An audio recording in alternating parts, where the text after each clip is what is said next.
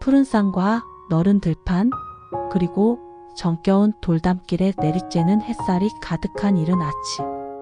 평리라는 마을 한가운데 있는 작은 한옥 마당에서 몸집이 아담한 할머니가 텃밭을 돌본다. 마을은 아침부터 소란스럽다. 몇 시까지 급히 모이라는 긴박한 방송이 들린다.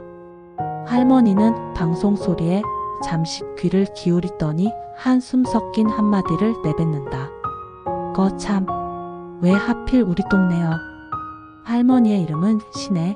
밭일에 손가락이 굵어지고 피부도 거칠었지만 얼굴에 가득한 평온함은 오히려 세월을 곱게 살아온 듯한 착각을 불러일으킨다.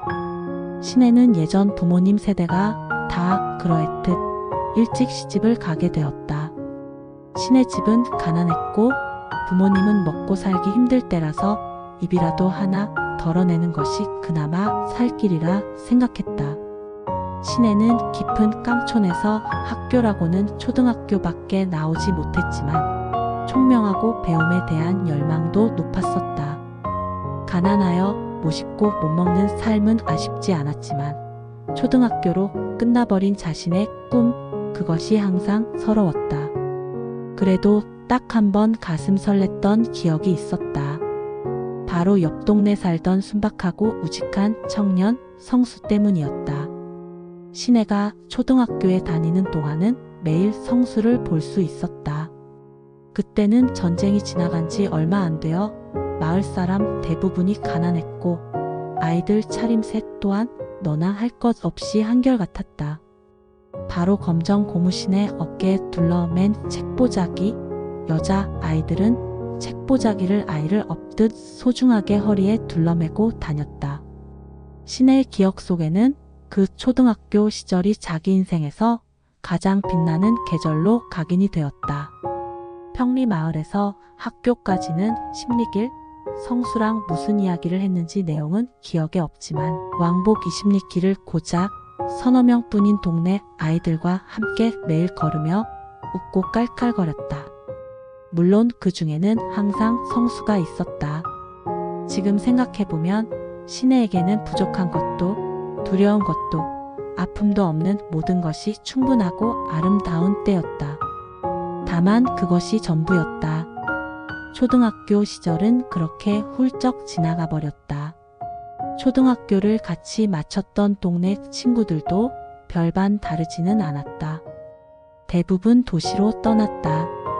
신혜는 밭일에 바쁜 어머니를 대신하여 어린 동생들을 돌보기 위해 상급학교 진학도 도시로 갈 수도 없었다. 신혜는 그렇게 날개가 꺾였다. 다만 성수는 상급학교에 진학했던 것으로 기억한다. 동네 아이들과 성수와 함께했던 모든 기억들은 고스란히 한 장뿐인 사진에 봉인되었다. 무섭게 몰아치는 비바람 속에서 기나긴 저수지둑을 우산도 없이 이 악물고 어깨동무하고 지나왔던 기억. 매년 봄철이면 어느 심좋은 밭주인이 심어놓은 여린 유채대를 꺾어먹고 즐거웠다. 산마다 흐드러지게도 피었지. 지금은 보기만 해도 가슴이 아리는 진달래꽃. 신혜는 언제부터인가 진달래가 자신과 닮았다고 느꼈다. 진달래는 신혜와 오랜 세월을 함께해서인가? 지금은 유채도 심지 않고 우산 없이 저수지둑을 지날 일도 없다. 그저 진달래만 여전히 같은 자리에서 핀다. 모두 다 떠나버린 그 자리에 이제 보는 이는 오직 신혜뿐이다. 그래도 성수를 영영 못 본 것은 아니었다.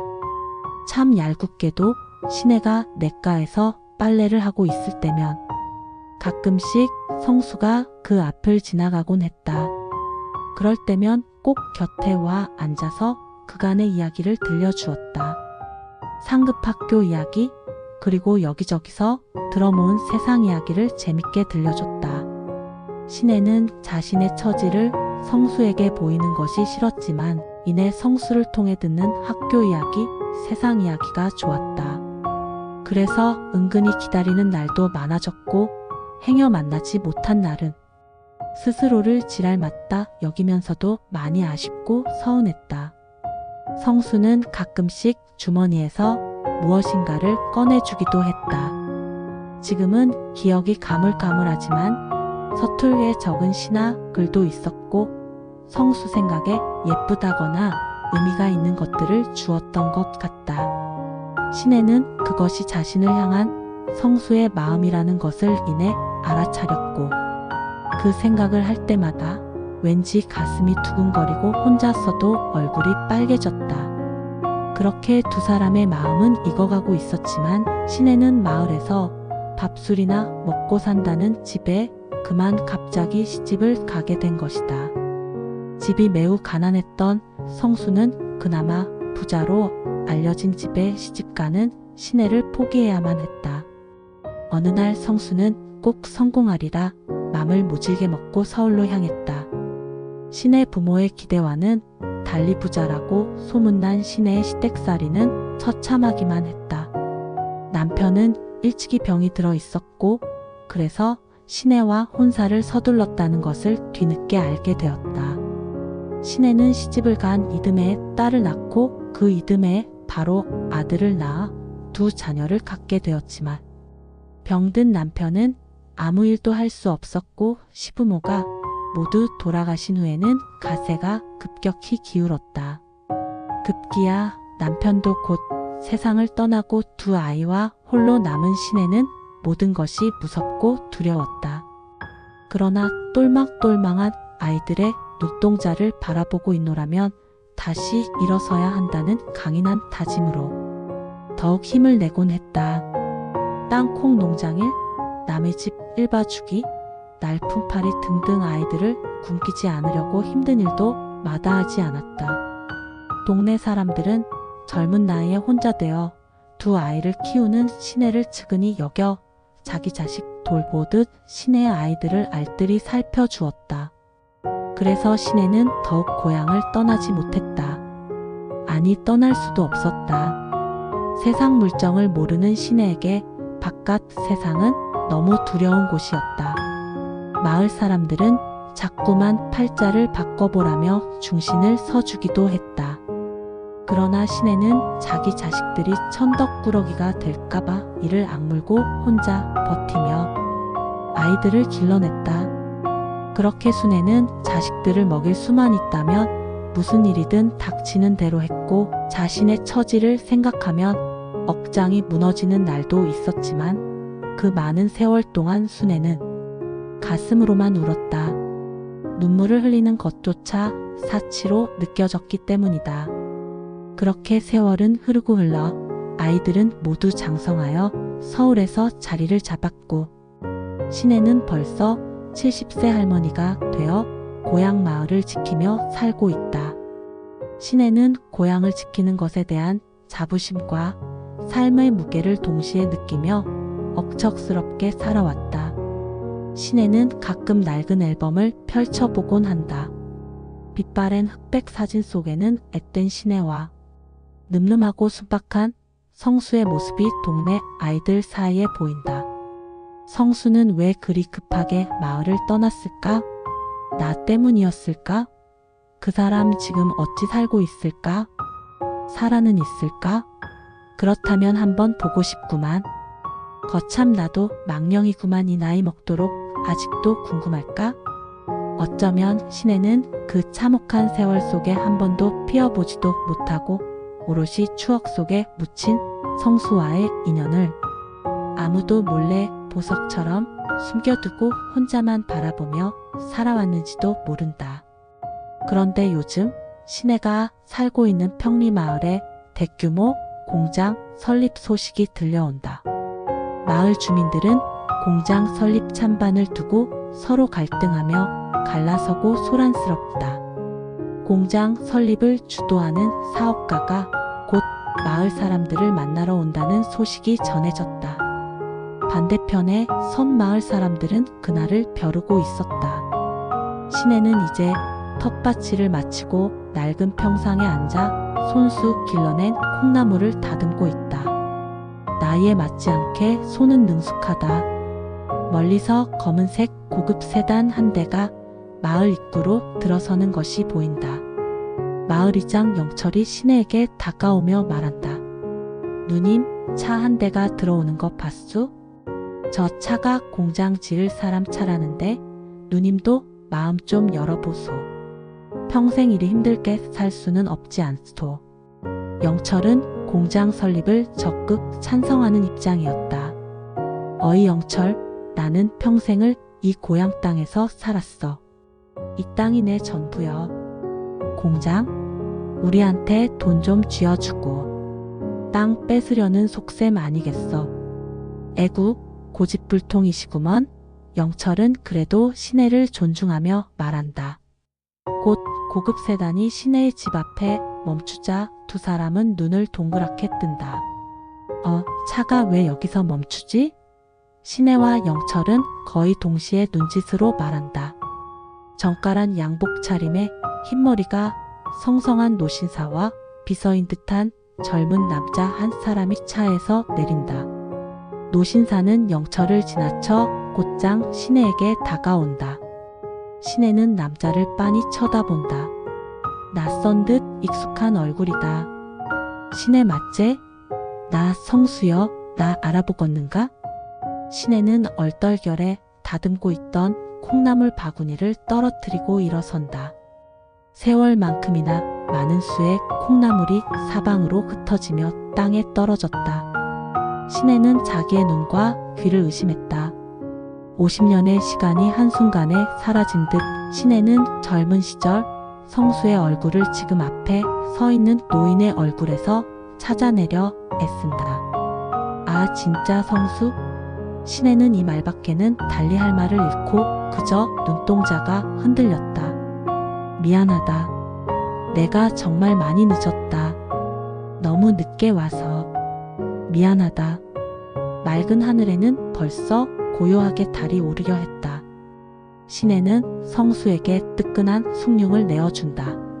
두 사람 사이에는 어색한 침묵이 흐른다. 공장 짓는다고 온 사람이 성수여? 성수는 숭늉을 마시려다 멈칫하며 말한다. 그래, 내가 그 사업을 맡았어. 하지만 절대 오해는 하지 마. 이 마을을 망치려고 온 게 아니야. 우리 고향을 살리고 싶어서 온 거야. 시내는 그만 헛웃음을 날리며 말한다. 살려? 땅 팔아서 돈 좀 쥐어주면 그게 마을을 살리는 것인가? 평생을 땀 흘리며 일궈온 땅을 다 밀어버리고 공장 짓는 게 그게 살리는 거냔 말이여. 성수는 다시 괴로워하며 말한다. 내가 서울 가서 얼마나 힘들게 살았는지 알아? 돈 없고 힘없어서 좋아하는 사람이 다른 사람한테 시집 가는 것도 멀뚱하니 보고만 있었어. 그래서 나는 이를 꽉 물었지. 반드시 성공해서 돌아가겠다고. 시내한테 보여주겠다고. 시내는 성수의 눈을 똑바로 쳐다보며 고개를 저으며 말했다. 성공해서 왔다고? 나는 그냥 성수가 돌아와서 같이 이 땅에서 사는 것이 더 좋겠어. 성공이니 뭐니 그런 거 다 필요 없고 그냥 우리 곁에 왔으니 된 거 아닌가? 다음 날 아침 마을회관 앞에 일찍이 마을 사람들이 모여 공장 설립에 대한 찬반을 논하고 있었다. 성수는 주민들 앞에 서 있고 시내는 멀찍이 서 그 모습을 지켜보았다. 공장 설립을 반대하는 한 젊은 남성이 흥분하며 성수에게 덤빈다. 지금 그러니까 이 땅을 다 밀어버리고 공장 짓겠다는 거 아니요? 성수는 고개를 조아리며 진정으로 마을 사람들을 이해시키려고 말했다. 아닙니다. 제 말을 끝까지 들어주십시오. 저는 공장 부지를 마을 입구에 폐농지 일부로 한정하고 나머지 땅은 마을 주민들이 직접 운영하는 영농조합과 연계하여 유기농 단지를 조성할 계획입니다. 공장 수익의 일부는 마을 복지에 투자하고 마을 주민을 우선으로 고용하겠습니다. 저는 이 마을을 저의 고향이자 미래로 만들고 싶습니다. 웅성거리던 주민들이 갑자기 조용해진다. 그때 신혜가 천천히 성수에게 다가온다. 신혜는 성수의 어깨를 토닥이며 말한다. 우리도 이제야 성수의 마음을 조금은 알 것 같아. 진정성 있게 말해줘서 정말 고맙고. 신혜는 다시 마을 주민들을 향해 말했다. 여러분, 우리 성수가 성공해서 돌아왔으니 또 마을을 위해 일하겠다고 하니 우리도 한번 믿어봅시다. 이 사람이 어떤 사람인지는 내가 잘 알아요. 그 말에 주민들은 고개를 끄덕인다. 성수와 신혜는 손을 맞잡고 서로에게 따뜻한 미소를 보낸다. 다시 신혜의 집 마루에 마주 앉은 두 사람. 성수가 조심스럽게 먼저 말을 꺼냈다. 신혜가 시집을 가버리고 나도 여기서는 통 살 재미도 없고 해서 성공해보겠다고 서울로 떠났지. 너한테 아무 의미가 없어졌으니 달리 기별할 필요도 없었고 그때 내 마음은 정말 참혹했어. 서울서 악착같이 일만 했어. 물론 우여곡절도 많았지만 그딴 거 내게는 아무것도 아니었지. 돈도 많이 벌고 회사도 키웠어. 이쁜 도시 여자를 만나 결혼도 하고 아이들도 낳고 순탄했지.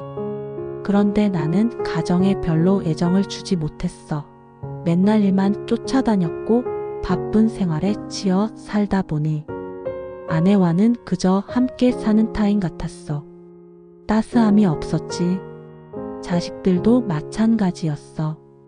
나는 평생 일만 했고 아이들은 돈만 주고 곁에 있어 주지 않는 아버지가 참 어려웠겠지.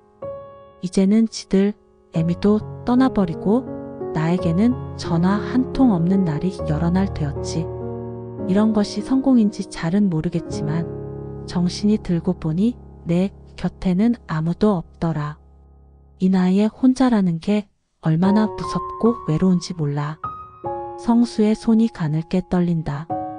곧 곁에 있던 비서가 성수에게 약을 건넨다. 신혜는 그 모습을 안타깝게 바라본다. 의사 선생님이 길어야 몇 달이라고 하더만 남은 시간을 어찌 보낼까 하다가 떠나기 전에 고향을 돌보고 싶었지. 그리고 신혜도 보게 되지 않을까 해서 이렇게 달려온 것이고 그래도 너라도 떠나지 않고 고향을 지켜주어서 이렇게 다시 보게 되었으니 정말 고맙구만. 신혜의 눈가에 눈물이 고였다. 수십 년의 세월이 흐른 뒤 병든 몸으로 돌아온 성수. 신혜는 잠시 망설여졌지만 이내 결심한 듯 성수의 손을 꼭 붙들었다. 몇 달은 무슨 몇 달, 내가 아픈 사람 돌보는 전문가잖아. 걱정 마. 내가 꼭 건강하게 만들 테니까. 내가 곁에 있을 테니 아무 걱정 말고 그저 나을 생각만 하세나. 성수는 신혜의 말에 말할 수 없는 따스함과 평온함을 느꼈다. 평리마을은 공장 설립에 들어가고 모든 진행이 순조로웠다. 성수는 신혜의 작은 한옥집 마루에 앉아 따뜻한 햇볕이 내리쬐이는 마당을 흐뭇하게 바라보고 있다. 세상을 다 가진 행복한 표정이다. 신혜는 따뜻한 약을 타려 성수에게 내밀며 말한다. 내 평생 남을 보살피고 뒷바라지 하는데 익숙해졌지. 힘들고 외로운 시간도 많았지만 이렇게 나이 들어서라도 서로 만났으니 이 얼마나 감사하고 행복한지 모르겠네. 우리 그동안은 세상 풍파에 가족만 보살피며 살았으니 이제 우리 둘이 따뜻한 여생을 이리 보내는 것도 진짜 복이네. 신혜가 성수의 두 손을 꼭 쥐며 힘을 주어 말한다. 이어 성수도 세월의 무게를 털어내듯 신혜에게 고백한다. 나는 복잡하고 분주하게 살면서도 문득문득 그런 생각을 했지. 우리 고향 작은 집 마루에 앉아서 신혜랑 함께 신문을 펼쳐보기도 하고 차도 마시고 강아지와 고양이, 닭도 키워보고 정말 평화로운 여생. 단 하루라도 그렇게 살아보고 싶었어 정말. 그런데 이런 날이 내게 왔으니 그저 감사할 따름이네. 두 사람은 서로의 어깨를 안아주었다. 성수와 신혜, 두 사람은 이제 그들 인생의 진짜 봄날이 시작되었다는 것을 알았다. 그것만으로 두 사람은 충분했다.